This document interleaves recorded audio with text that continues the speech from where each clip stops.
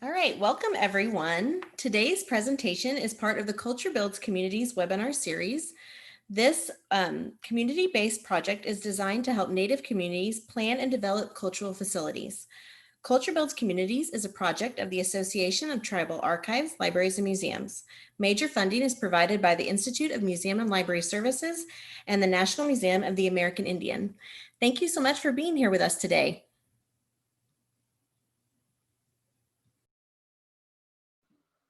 Hello, everybody, and welcome. My name is Jake. I'm the tourism coordinator from the Poeh Cultural Center. And today we're going to be providing you with some information as well as a video with a virtual tour that we've been working on. Hi, everybody. My name is Carl Duncan, and I'm the executive director here at the Poeh Cultural Center. And I wanted to just, again, thank you guys for taking some time and visiting and wanting to learn a little bit more about the Poeh Cultural Center. Here at the Poeh, we are a tribal department with the Pueblo Poeh, and we're funded through the tribe that way. So we're happy to have that support through the tribe. We also do a lot of grants, federal grants and private grant and individual donors. So, and also our revenue programs such as ticket sales, gift shop, facility rental fees, artist booth fees for our events. So we have a number of different ways to try to be sustainable.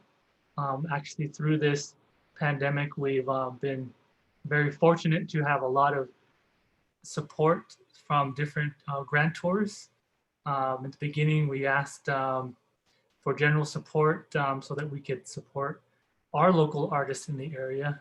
We're located 15 minutes north of Santa Fe in the heart of Tewa country. Below us to the south is Tesuque Pueblo. Next door to us is Nambe Pueblo. We're in Poeh Pueblo. Also to the side of us is San Ildefonso Pueblo. Just north of them is Santa Clara Pueblo. And next to them is Okeowinge. And so we serve and kind of represent in our Tewa Pueblo centric in our programs and how we conduct our programs and point of view. So Tewa is that group of Pueblos there that I just mentioned. They all speak that same language, the Tewa language. And so the Pueblo Poeh is one of those Tewa Pueblos. And so the Poeh has been here for a number of years and has grown and evolved from an art program to a museum facility building and has grown into a number of different things that we do. And we actually support a lot of other programs here in the Pueblo with our marketing, our equipment. We have about 15 staff members here, 4 instructors, and interns that come in and out throughout the year. Our website is poehcenter.org, and we have all of our information on there.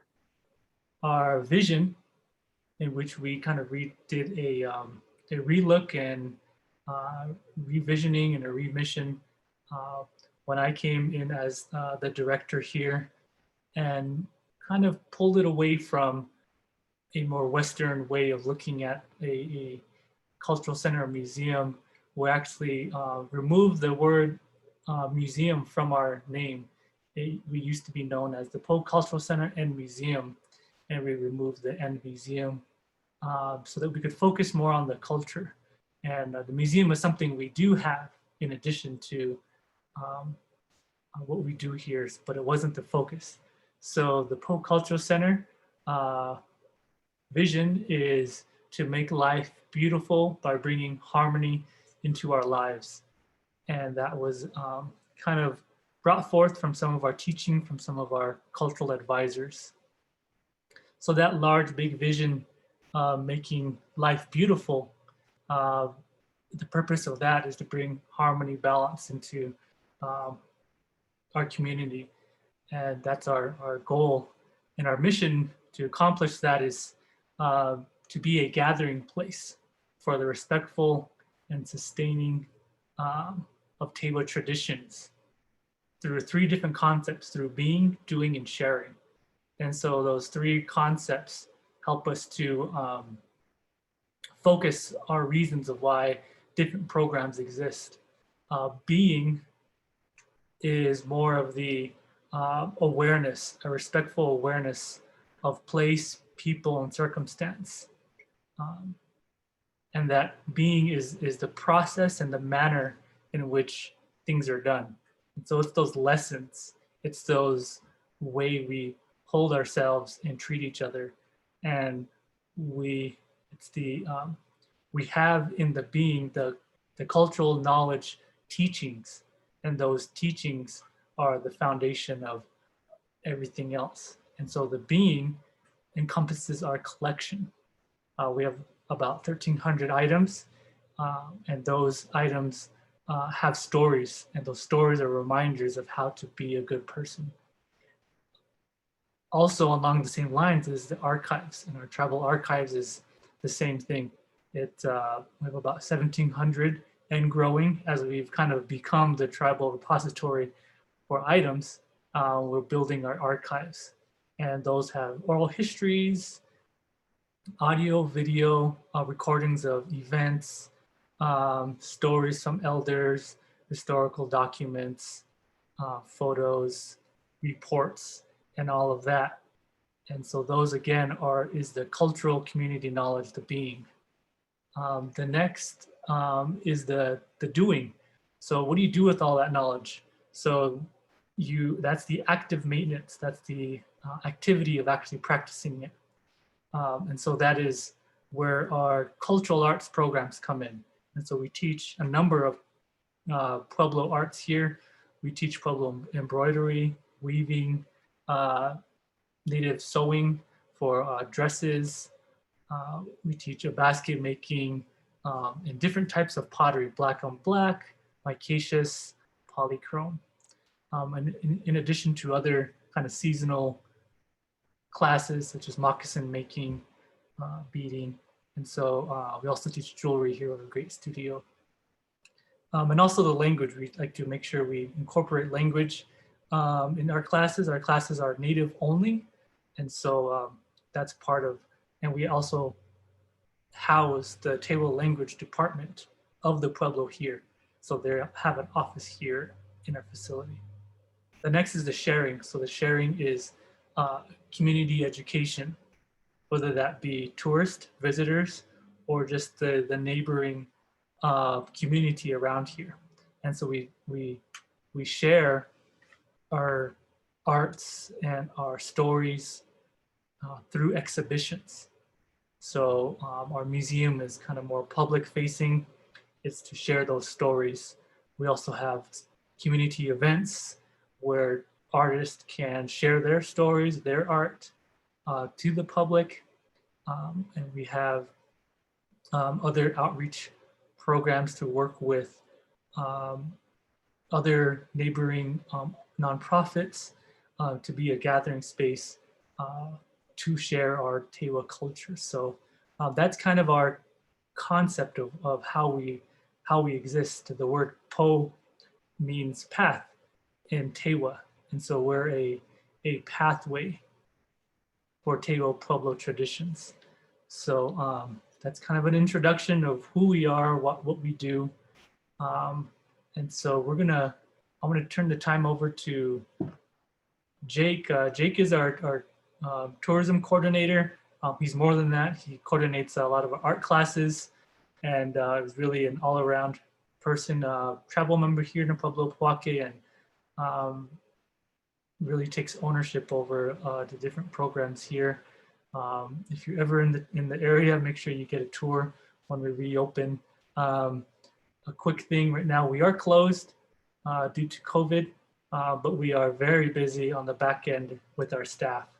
We still meet twice a week and are involved in a number of different programs to support the community through these times that we'll get to afterwards. But I'm going to turn the time over to Jake, and he's going to share a little bit more about the Poeh. Hello, everybody. My name is Jake. I'm the tourism coordinator, and I'm going to be sharing with you guys the virtual tour that we've prepared for you. I have some audio on this, and it was coming out a little loud when we were testing it. So let us know in the chat if the volume is too loud, and I will mute it completely. I'll also be pausing the video throughout the tour if I need to give some more context about something, or if anybody has any questions, make sure that you save those for the end of the tour.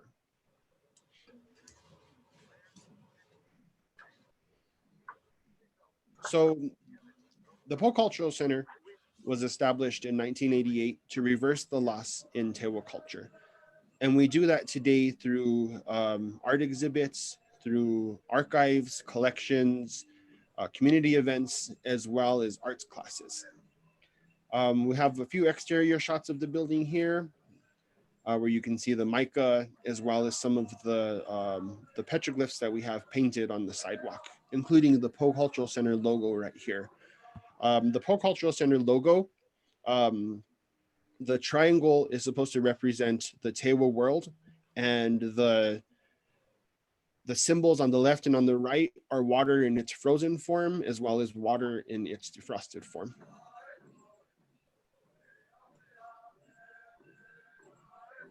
Now we'll step into the museum, where you will also see the Poeh logo, and we'll head into the gift shop. Our gift shop includes items from Native people all around the country. You know, we don't just buy from around here. We try to buy from directly from artists, anything that we feel would not only look nice and be nice for the customers and tourists, but also, you know, to help support the artist. That's one of the primary reasons that we buy and sell artwork in the gift shop. A lot of the items that we do have there also are mainly meant for community use. So we have moccasins and mantas and other kind of more traditional items where when it comes time for the seasonal feast days or dances, people are looking for items for their children or their family. So other than having items for tourists, we have specific items for dance reasons, and people are the word gets out that we have a certain item and they come and ask for it. And this is really important because if you try to buy items like this in say other trading posts or gift shops, they will charge you tourist prices. So we're really fortunate to be able to offer these at a reasonable price to local community members, so that way they can use them. Some of the t-shirts on this side, as well as the paintings and the prints that we have posted up.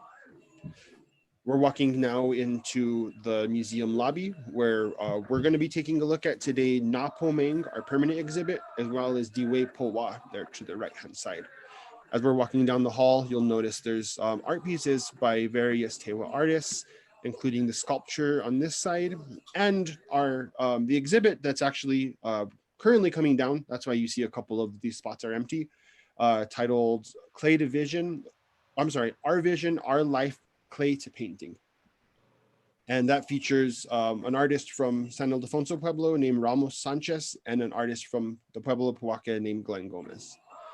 So if you notice, the building is all made of adobes, adobe dirt bricks.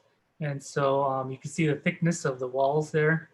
The entire, each building, studios and all adobe materials. That's why the walls are imperfect, which we enjoy.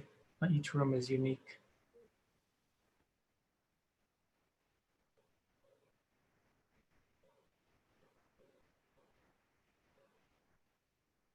Okay, we're now approaching Na Po Meng, the permanent exhibit. Na Po Meng in English translates to the continuous pathway, and this exhibit is a walkthrough diorama of the history of Tewa culture, with every room having a different season, as well as a different spot on the timeline and a different time of day. This first room that we're walking into now is known as the Emergence Room, and it depicts the initial emergence of Tewa people. And in this room, it's usually very dark. I had to brighten it up so that way we could see the everything in the cave. But it's supposed to be really dark in here because they say that the world before the one that we're in right now was really dark. And when we emerged into the light. So you can see in the cave, it slowly goes from darkness to lightness as we emerge into the winter time.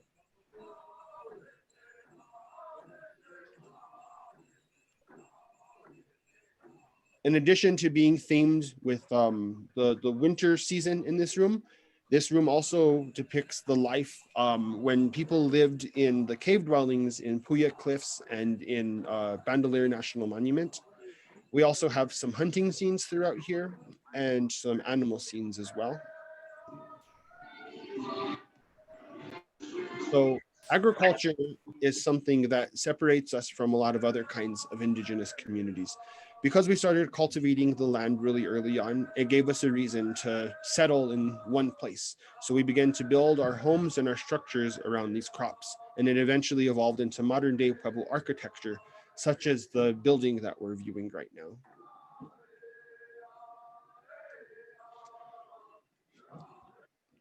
In the summertime, in contrast to the wintertime, when there's a lot of people cooped up in their homes, everybody's tired of being cooped up in their homes in the summertime. So they're all outside performing various activities and more than likely getting ready for a feast day. The corn dance is danced in the fall time, and it's danced to help pay homage to the corn for giving up its life for the rest of the community to survive. And I rewound a little bit too much here, but we'll catch back up now.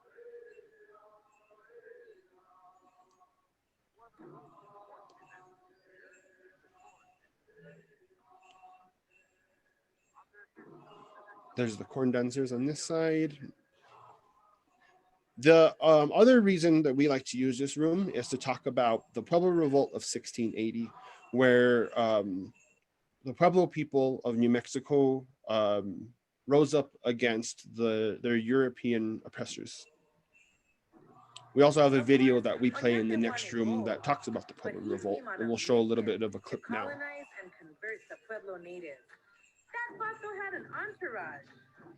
This video is called Frontera, the Revolt on the Rio Grande, and you can find it on Vimeo and on PBS. I would highly recommend checking it out. This last room in the exhibit is the contemporary room, and we have this room to depict what a modern day Pueblo home would look like. And all the items in this room were donated by the community, including the photographs and the furniture. Everybody in this room, I believe, is from the Pueblo Poeh and, you know, my family, one way or another.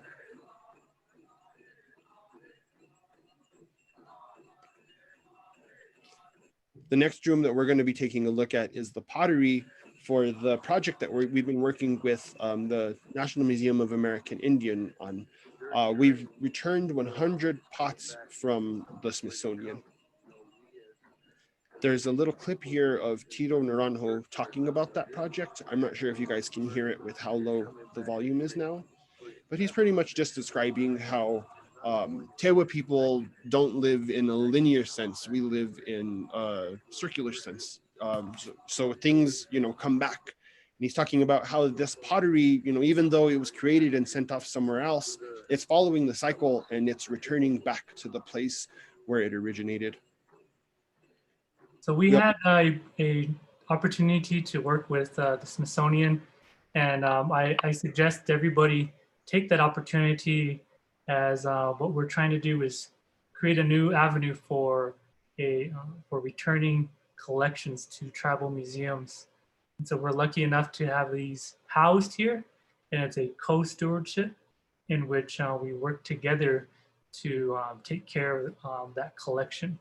And so the collection it came all the way across from DC to here, and we were tasked with building the exhibit however we would like. We had a number of community Tewa artists and elders work with us on the selection of pots to come. We flew them out there to DC, selected the pots, everything down to the orientation of where the front of the pot would be facing toward the visitor was determined. Um, it was quite a feat, and everything safely got here with no cracks or no damage to any of the items. They came in large trucks, and it was quite a celebration that we had here as the community came together and kind of celebrated this homecoming as these pots were returning after 100 years from being purchased from the area locally by collectors over 100 years around the turn of the century, and made their way to um, New York City and eventually down to Suitland, Maryland. And we're thankful for the Smithsonian for working with us on this. And it's an ongoing partnership that we have with them. And we're still trying to build this concept of kind of a co-stewardship and sharing of collections. So we don't have a definite, we have no end date on how long these collections will be here. We try to put in a lot of funds as well as the Smithsonian for them to be here. So they're going to be here for many, many, many years.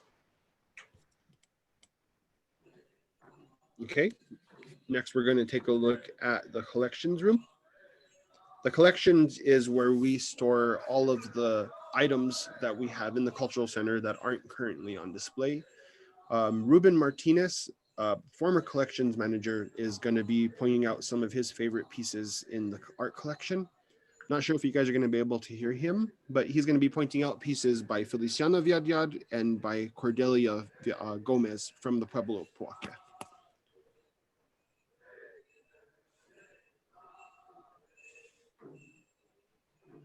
And this is some of the artwork throughout the collections room. Our collections room is very unique. If you notice in other cultural, in other collections rooms, it's usually really, industrial, kind of white everywhere.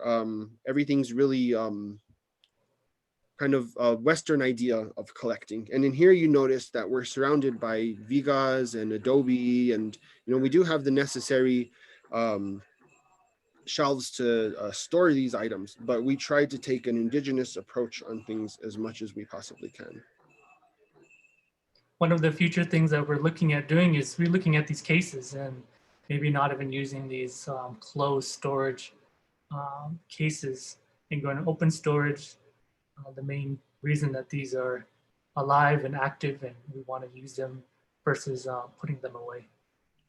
And that's the nice thing about, having a cultural center that's run by the tribe, is that we can make our own decisions about those things.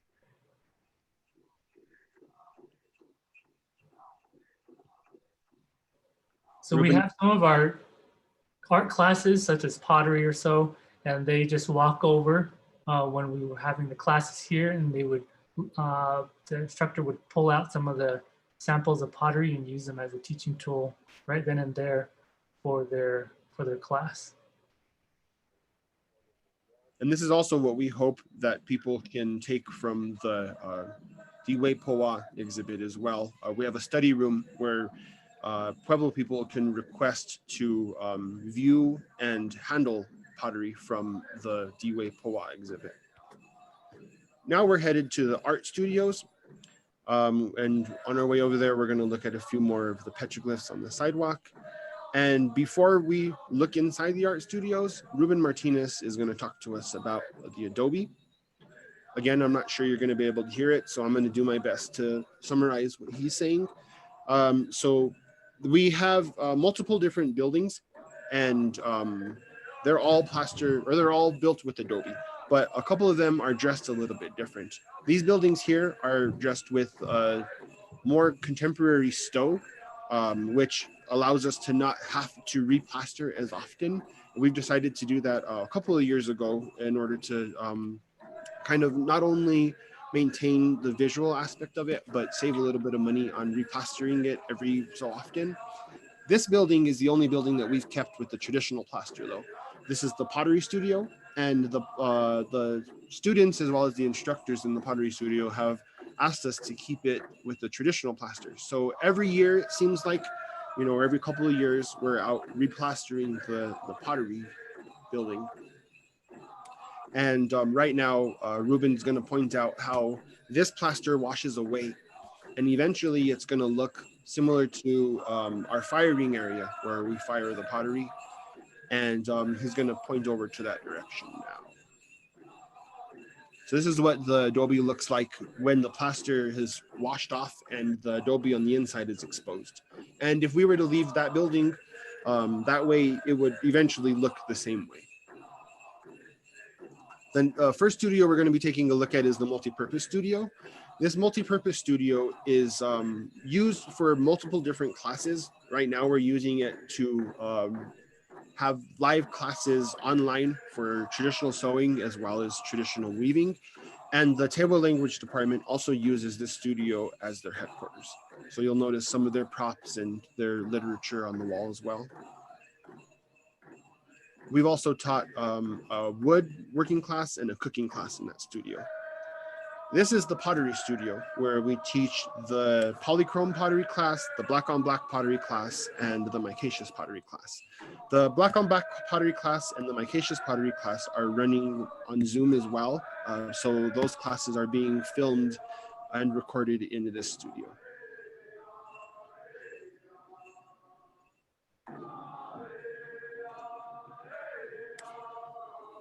We also offer facility rentals, including art studio rentals. And this is one of the studios that we've decided to make special rules on. The other studios, we have to charge a fee in order to maintain some of the equipment that's in there and some of the tools that they use. But because pottery really only requires a space to make the pottery, and we've made sure to allow potters to come into the studio while we're open anyway, to use the studio free of charge. Next, we're going to be headed out to the firing area that we saw a couple of clips ago. This is where potters from the class fire their pottery, usually in this big pit area over here or on the other side. Different items throughout this area are used to fire different kinds of pottery with different kind of methods. This studio is the jewelry studio, where we teach one of our most popular classes, the traditional jewelry class. And in this class, we have multiple different tools to not only help with the fabrication of jewelry, but also with casting jewelry and grinding down the stones.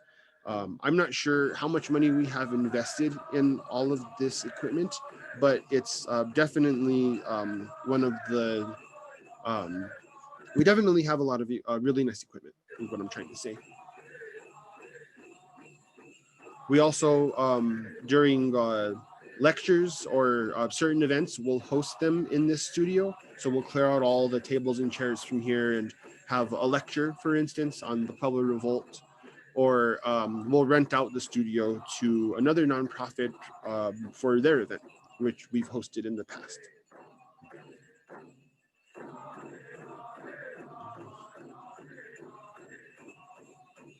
This jewelry studio is one of the newest additions to the Poeh Cultural Center.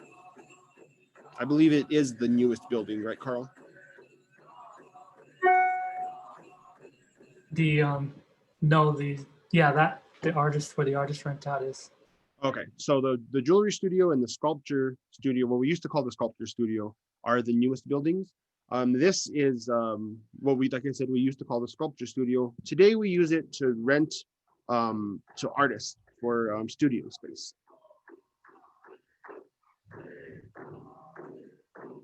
And this are artwork from a couple of the artists that we have housed in the studio right now.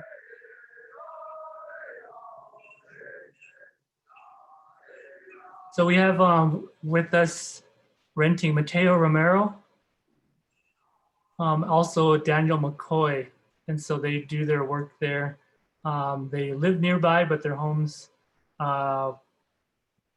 are small, so they say they're looking for larger spaces, and so we're able to work with them to for them to rent out the space, which is great because when they have studio visits for their collectors or buyers, they're able to see the museum as well. And it's very interesting to see what Mateo or Daniel are working on. They've had a number of markets that they prepared for exhibits across the country here. It's really happy to have them here at the Poeh. So next we're going to look at the Tower Gallery. The Tower Gallery is home to artwork by Roxanne Swensel, a renowned Tawa artist from Santa Clara, Pueblo. This is one of her pieces, which is featured outside, one of her bronze pieces anyway. And I have a photo of her that's going to come up right now. There it is, working on one of her clay pieces. And she's open right now during the pandemic, I believe, by appointment only. So if you're in this area, check out the Tower Gallery.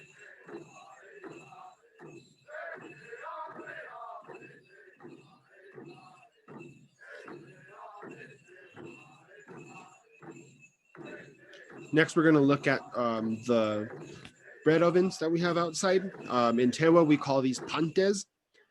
They're used to make bread, cookies, pies, or even pizza. They light a fire inside of the oven, get it nice and hot in there, sweep out the ashes, and then use the residual heat from the adobe to bake whatever they're trying to bake.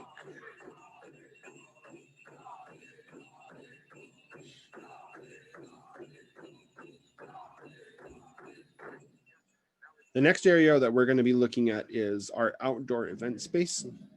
This outdoor event space is used to host some of our art markets, such as our summer market, as well as events like the Global Running Festival, the Butterfly Run, and the Glow Run, as well as our annual farmers market under these cord dryers.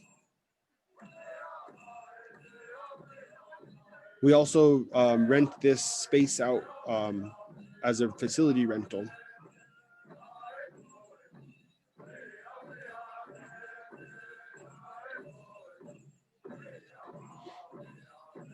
And that's about it here at the Poeh Cultural Center. We're going to transition over to the Buffalo Thunder Resort and Casino from here. Here's some still shots of the Global Running Festival.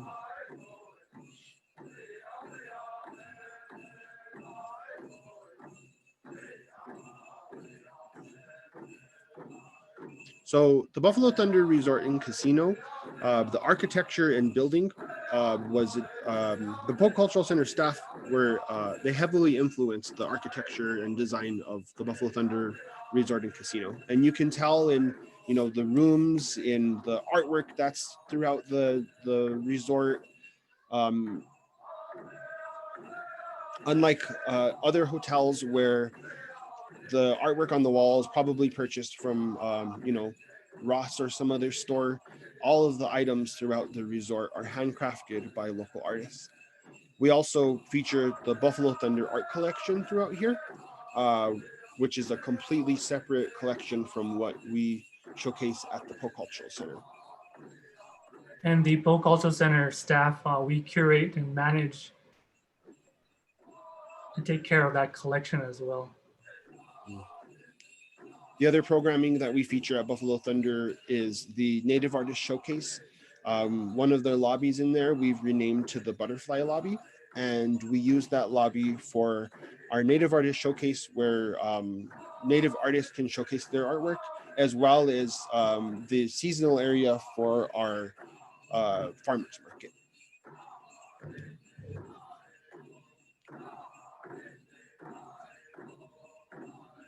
Buffalo Thunder is open during the quarantine. I believe they just have some of their features closed temporarily. Buffalo Thunder was closed for the majority of the summer, and it just reopened along with a lot of the other casinos around here. The hotel is open, limited capacity, as well as the casino. You can only have a You have to be a player's card member for contact tracing purposes. And there's no smoking on the casino floor. So the Poeh works hand in hand with the Buffalo Thunder marketing. We work together. We have a number of billboards that are designated for the Poeh. And a lot of the Poeh Cultural Center staff in the building of Buffalo Thunder helps with the designs all the way from staff uniforms to the architecture features and decisions that were made for the resort. Even the concept itself, it being themed for Native contemporary artists was something that they worked together with the Buffalo Thunder with. I'm just showing some more clips of Buffalo Thunder while he was describing it. But we also offer a guided tour at the Buffalo Thunder Art Collection. So when you come to see us, make sure you book a tour to see the Buffalo Thunder Art Collection as well. These are some of the pieces featured in the Buffalo Thunder Art Collection.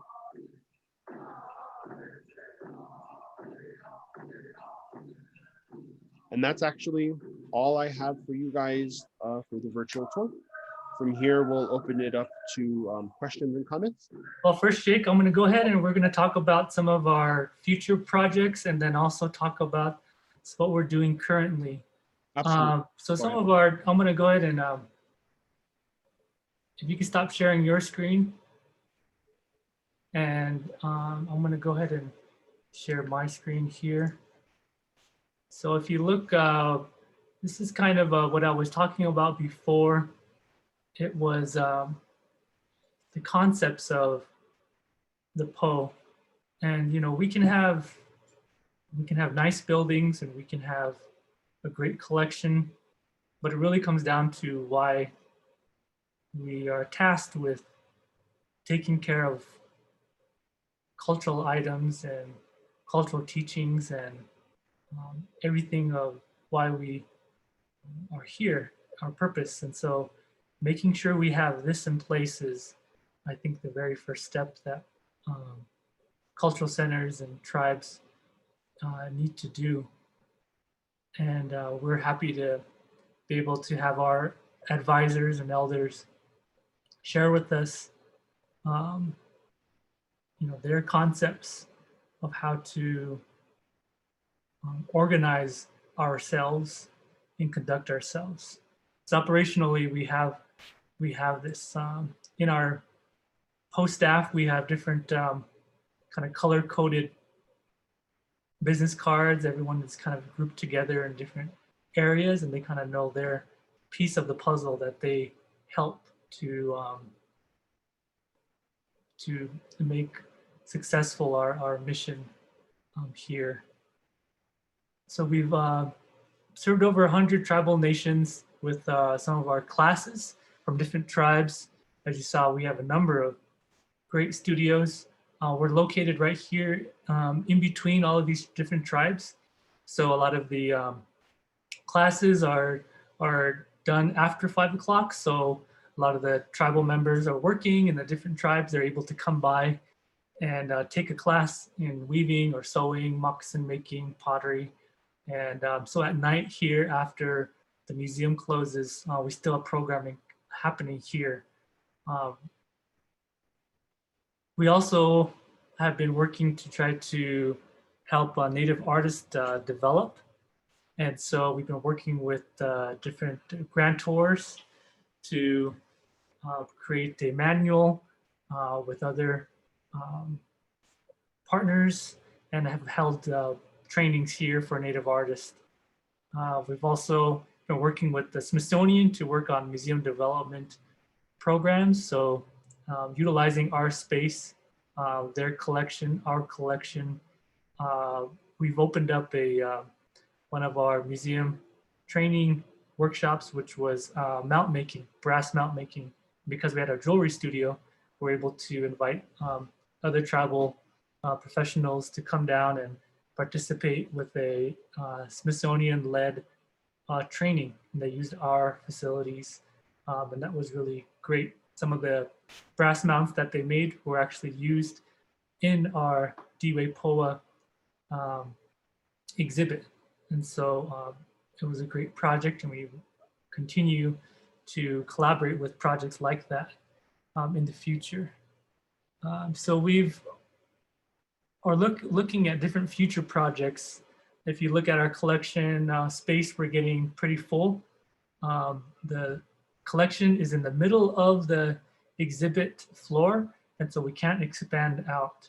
So what we want to do is create a new building and house the collection and archives together, and be able to have more research space, more community welcoming space, so that elders, students, artists can come into the Table Learning Center and take a look at the different table items we have.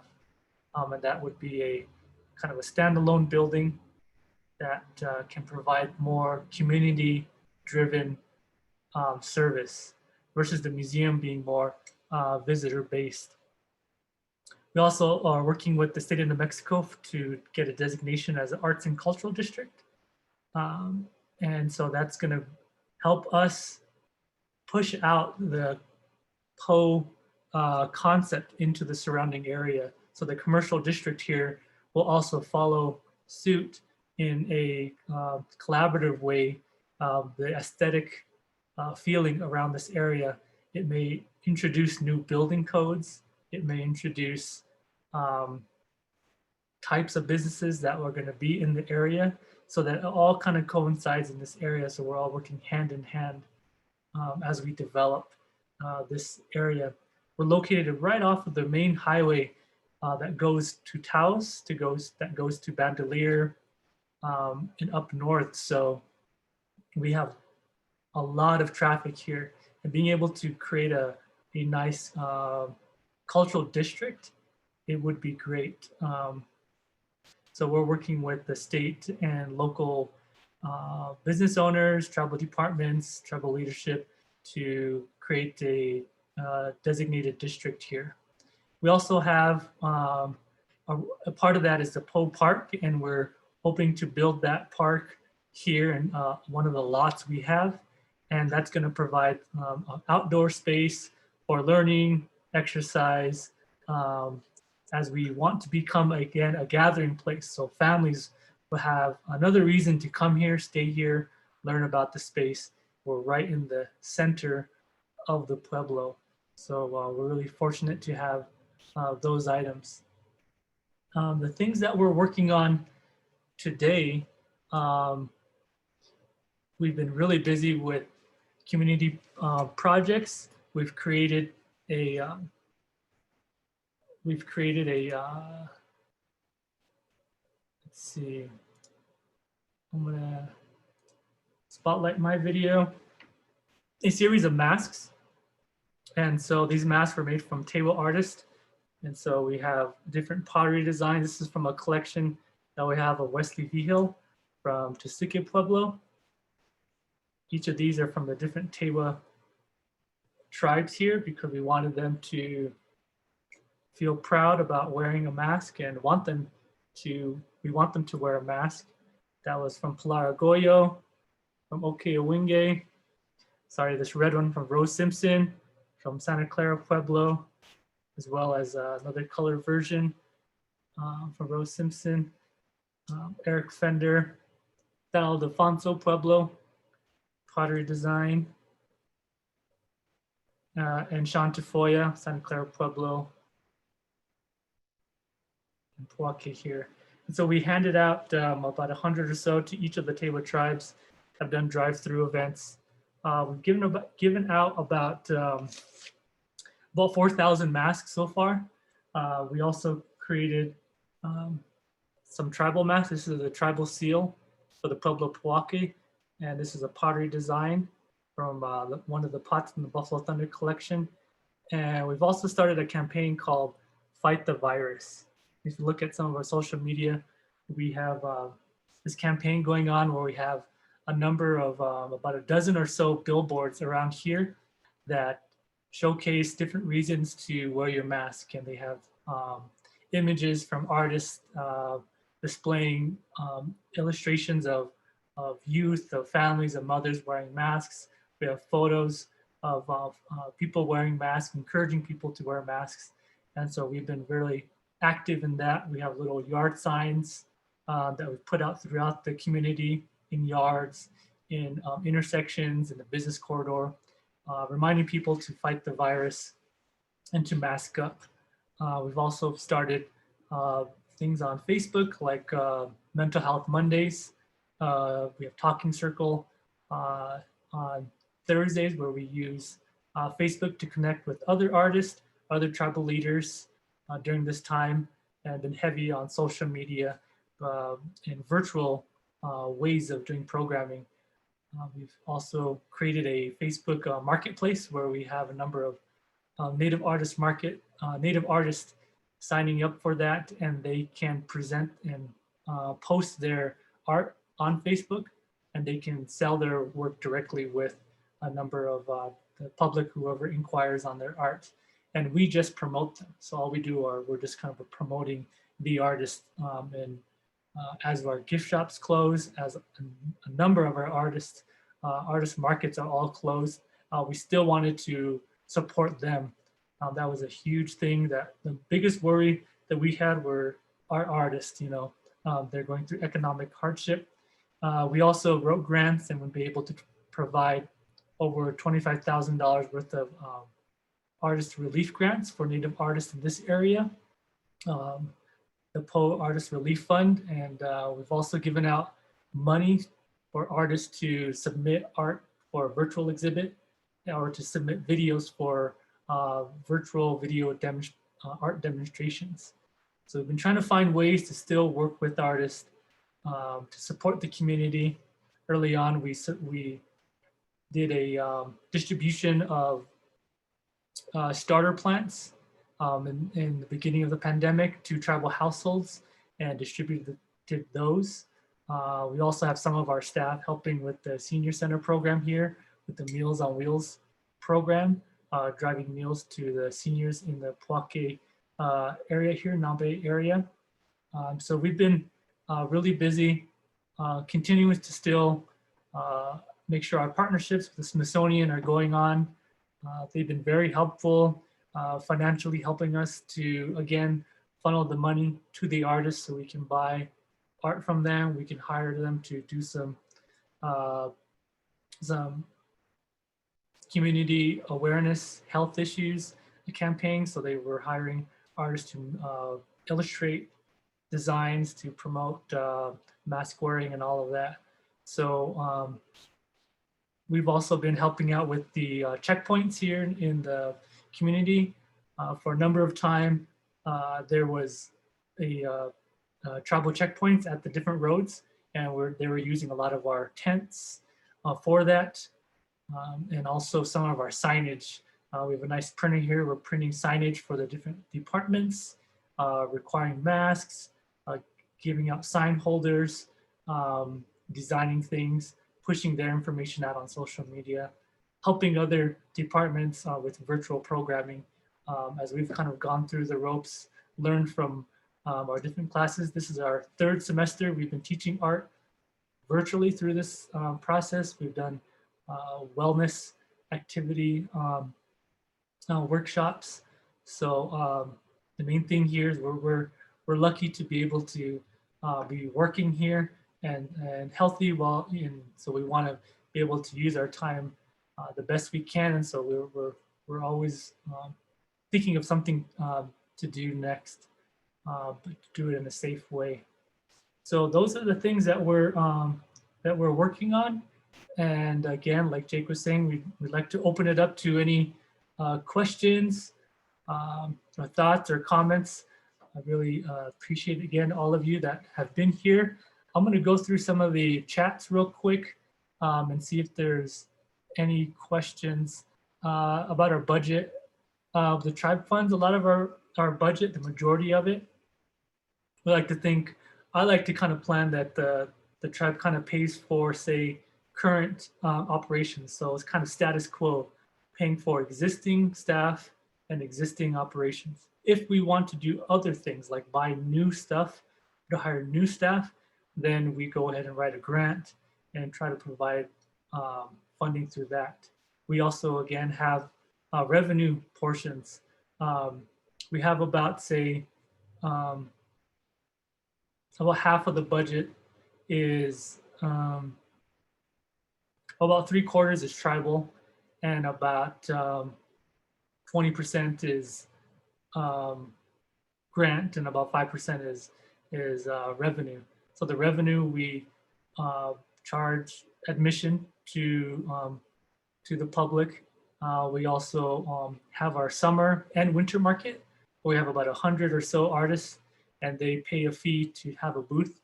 And so over time, we've purchased through grants tables. We have tons of 6-foot tables and chairs and tents to help us be sustainable. So when we have our regular income generating events, we already have all the things in place. We don't need to rent them out, because that's a huge, usually the biggest fee. It's on our premises already. So over time, we've been able to build that revenue that comes in. What staff? We have 15 staff. They're all full-time staff. Here we have collections. We have a program director, archives manager, archives specialist, collections manager. We have tourism coordinator, marketing manager, a web marketing coordinator. We also have a facilities operations director, operations manager, operations specialist, and a administrative assistant. Then again, we have the contract instructors that come in on a contract basis for their semester-long classes. We do have some volunteers, it's mainly event-based.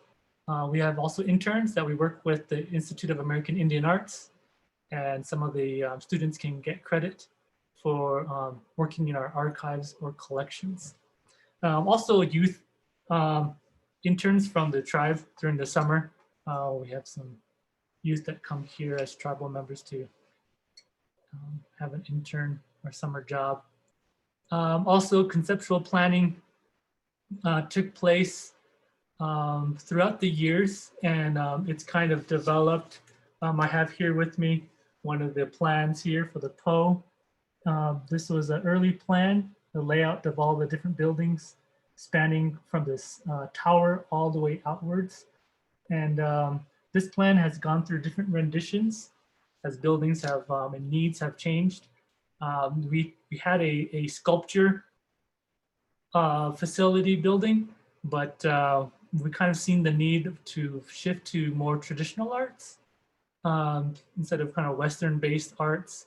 And so a lot of that sculpture required huge effort to have drills and moving granite and things like that. And so we felt we would focus and have a priority on, say, moccasin making, and put our money and pay an instructor to do moccasin making, which are always successful in full classes here. So we've kind of shifted from more Western traditional types of art to more traditional needed types of art here. Let's see. So conceptual was started a long time ago. There was a plan a long time ago, and it's evolved into different things based off of a need and community priorities. Adobe bricks provide museums standard environment, preserve, protect items. Adobe bricks, they're really good insulators. It's really cool in the summer, and it holds heat in the winter. And the Adobe bricks, again, sometimes they're stacked only one length, or sometimes they're doubled up, and the walls are a lot thicker in some places. Also, the mortar that they use now, it's cement, and so they have cement mortar that holds all the buildings together. And then, like Jake was saying recently, we wrapped all the buildings with commercial stucco. it took every other year to mud plaster the entire facility was such a feat, and costly, that we finally said, we're going to commercial plaster it. But with that, we added our own twist to it, which was using micaceous flakes in the last end process of the plaster. So if you come here, the buildings kind of glitter, because at the very end, when there was that fresh plaster, the plasterers went ahead and threw on um, mica flakes, and so it dried, and you'll see all those flakes in the buildings. We do have the annual plastering of our pottery studio, and one of our storage sheds there that's right next to the pottery studio, to demonstrate the original plaster.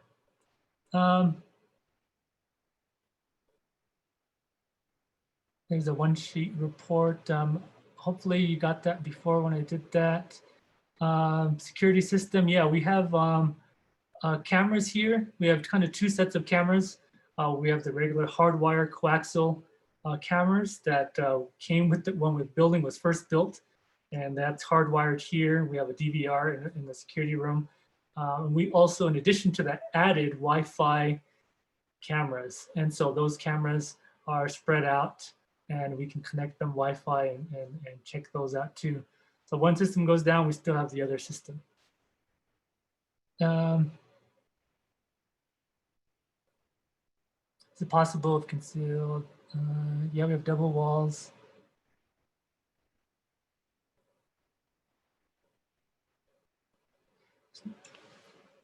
So what we've done with they talked about the conservation environment and more tolerant environment policy, they complicate loans. Yeah, so when we got the loan from the Smithsonian, we had to do a pretty much a humidity and temperature report for a year for all the seasons. And we shared that with them. And the partnership was already about 2 years in the making before we opened. And so we had a general facilities report that we sent them, and then these other environmental reports. And after we kind of showed that the temperature and humidity stayed the same in the areas that the pots were going to be, that proved to them and their committee and their staff that our environment was stable enough. So we did meet their high expectations. And so all of the building material and the exhibit and all of that, everything had to be Smithsonian approved. So it's a long process, the environment, lighting, paint, the size, dimension, everything had to be approved because it was a Smithsonian loan. But it was great. We had a great learning experience for our staff through it all. And in fact, their staff learned a lot from us as a tribal museum and how a small tribe works. And we're a lot more flexible than Smithsonian, as we have facilities to quickly build a pedestal, to cut a pedestal custom to shape if it wasn't correct. And they were really impressed at how we can just very quickly adapt and get what needed to be done, because we are a smaller institution. How are artists being supported through any virtual means of sales? Hopefully I talked about that. We did some Native American artists in New Mexico specific. We've supported over 100 artists with our financial. It was just a straight up, here's money, $250, $25,000 to the artist for financial support. We also are buying art from Tewa potters. We're featuring and paying for artists to submit images of art for a virtual exhibit. We've also started our Facebook marketplace for artists to sign up and for themselves to post art, and we'll promote them in turn with our audience. We've also posted different artist training web videos on our website to talk about product photography, how to set up a business page on Facebook, how to promote and market on Facebook. So we've done our best to try to fill in the gaps and get people caught up. And we just kind of answer questions from artists along the way. Let's see.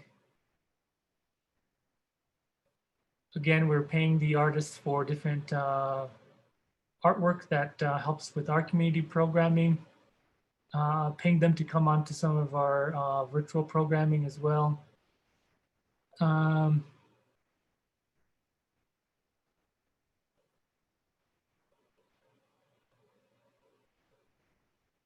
Oh, good. Yeah, we have Tessa. Great. Tessa's on board and answering some questions. We have Jake here in the comments. If you all like to check out some of the comments there, some answers to some of the questions.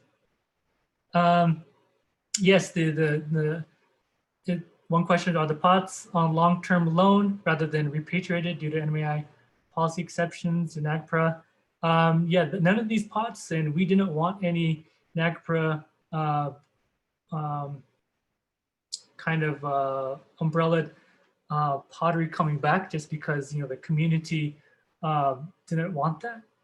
They only wanted pots that were the kind of the terms that we did was only that were unsigned, so that there wouldn't be any favoritism, that we were selecting only one family over another family. So none of the pots are signed. There are a variety of pots from the different 6 Tewa tribes, variety of forms of pottery, and also that nothing was created before 1930. Around 1930, you know, pots started to become more of an economically designed and created for a tourism market, and so we kind of put it before anything before then. So all the items are on long-term loan. We have a kind of this reoccurring agreement that we kind of a mutual agreement. If we both feel good about the status of it, then we just continue it on and on and on. So we're happy to have that relationship with them. So that's all the questions I see in the chat there. Does anyone else have any other comments? You're welcome to unmute yourself.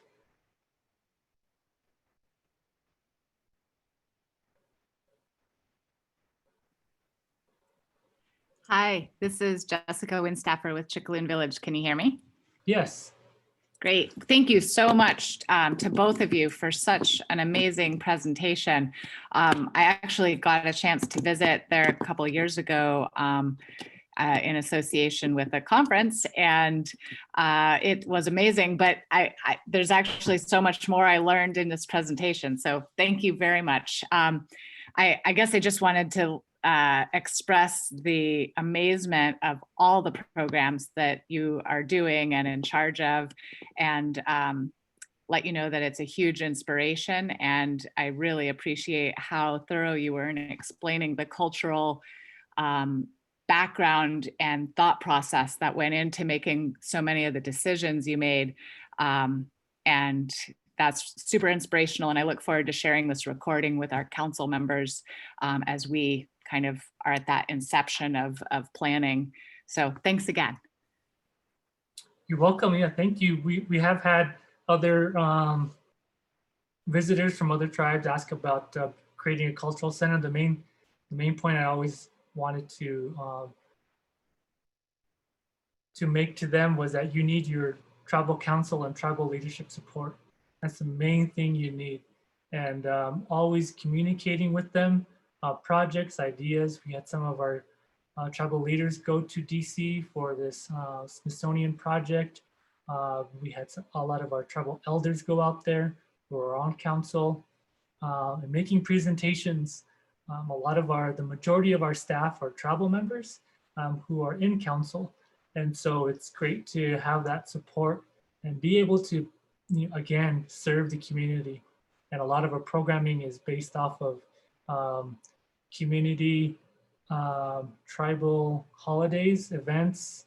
A lot of the things have to do with more family, tribal-based programming, and so that we become more relevant and more of a functional active need.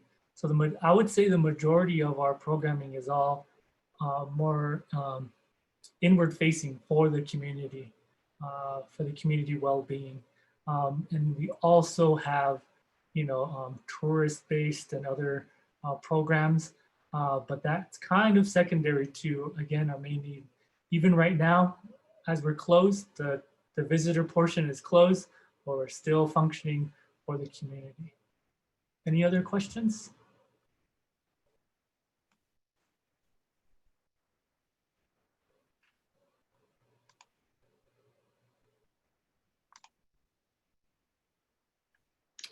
I wanted to thank you also.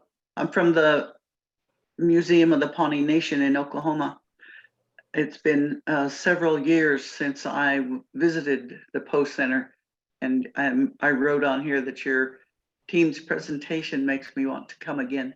So we look forward to the end of this pandemic that allows us all to gather together. I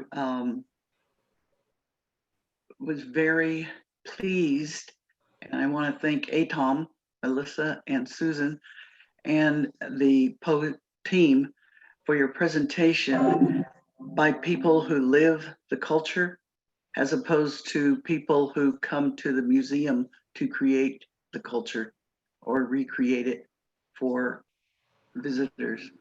Today was very pleasing and inspirational. So thank you all very much. Thank you, appreciate it. You're welcome. Thank you. We appreciate it.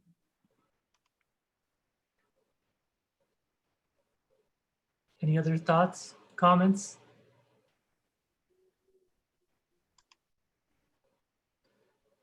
Please check out our website, poehcenter.org, and we have information about our programs and our social media. We're very heavy on social media. We have Instagram and Facebook. We try to do our best to get a lot of our community through that. And if you have any more questions, feel free to get in contact with us. All of our information is on the website, and we'll be happy to share anything that we have with you. We have been working with the First Nations Development Institute, and they've been helping us out with some strategic planning. I think they were talking about anchor institutions that beyond this tribe, we support a lot of the other tribal communities here, offer services beyond this tribe. And so they've been wanting to help us out with different programming and planning for us. So in the future, we'll have even more development in the works. So thank you guys, I appreciate it. If there's nothing else, again, hopefully you guys mask up, stay safe, have good spirits, and keep doing the good work that you all do. We appreciate it. Thank you so much, Carl and Jake. It was a wonderful presentation. I learned so much. And I look forward to seeing all the rest of you next Wednesday. I hope you have a wonderful rest of the week. Sounds Kundo good. Poeh. Everybody. Thank you. Stucci eat it. Stucci eat it. Kundo Woha. At our hall.